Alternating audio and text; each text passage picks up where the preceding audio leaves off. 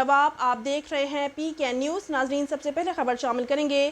ڈاکوؤں کی فائرنگ سے patrolling police constable شہید، نماز جنازہ ادا کر دی گئی۔ مزید تفصیلات سردار بلال شوکت کی اس رپورٹ میں۔ پیٹرولنگ پوسٹ چچروالی میں تعینات 40 سال کانسٹیبل طیب محمود گزشتہ رات اپنے گھر والوں سے ملنے کے لیے ڈسکا کے قریب اپنے آبائی گاؤں بھاکران والی جا رہا تھا کہ راستہ میں ڈاکو ناکہ لگا کر شہریوں سے لوٹ مار کر رہے تھے اور کانسٹیبل طیب محمود کو دیکھتے ہی ڈاکوؤں نے فائرنگ کر دی، جس کے نتیجہ میں کانسٹیبل طیب محمود سر پہ گولی لگنے سے موقع پر ہی جہاں بحق ہو گیا، جبکہ ڈاکو رات کے اندھیرے کا فائدہ اٹھاتے ہوئے فرار ہو گئے۔ DPO Sialkot Hasan Iqbal, SSP patrolling Gujranwala region Tauseef Haider سمیت دیگر پولیس افسران موقع پر پہنچ گئے۔ DPO سیالکوٹ حسن اقبال نے شہید کانسٹیبل طیب محمود کے قاتلوں کو فوری گرفتاری کے لیے ٹیمیں تشکیل دے دیں۔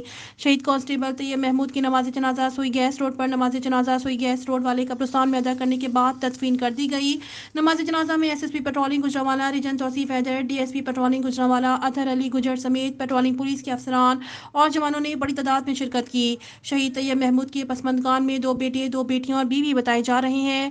SSP patrolling Gujranwala region Tauseef Haider, DSP patrolling Gujranwala اطہر علی گجر نے شہید کانسٹیبل کی قبر پر پھولوں کی چادر چڑھائی اور شہید کی قبر پر فاتحہ خوانی کی گئی۔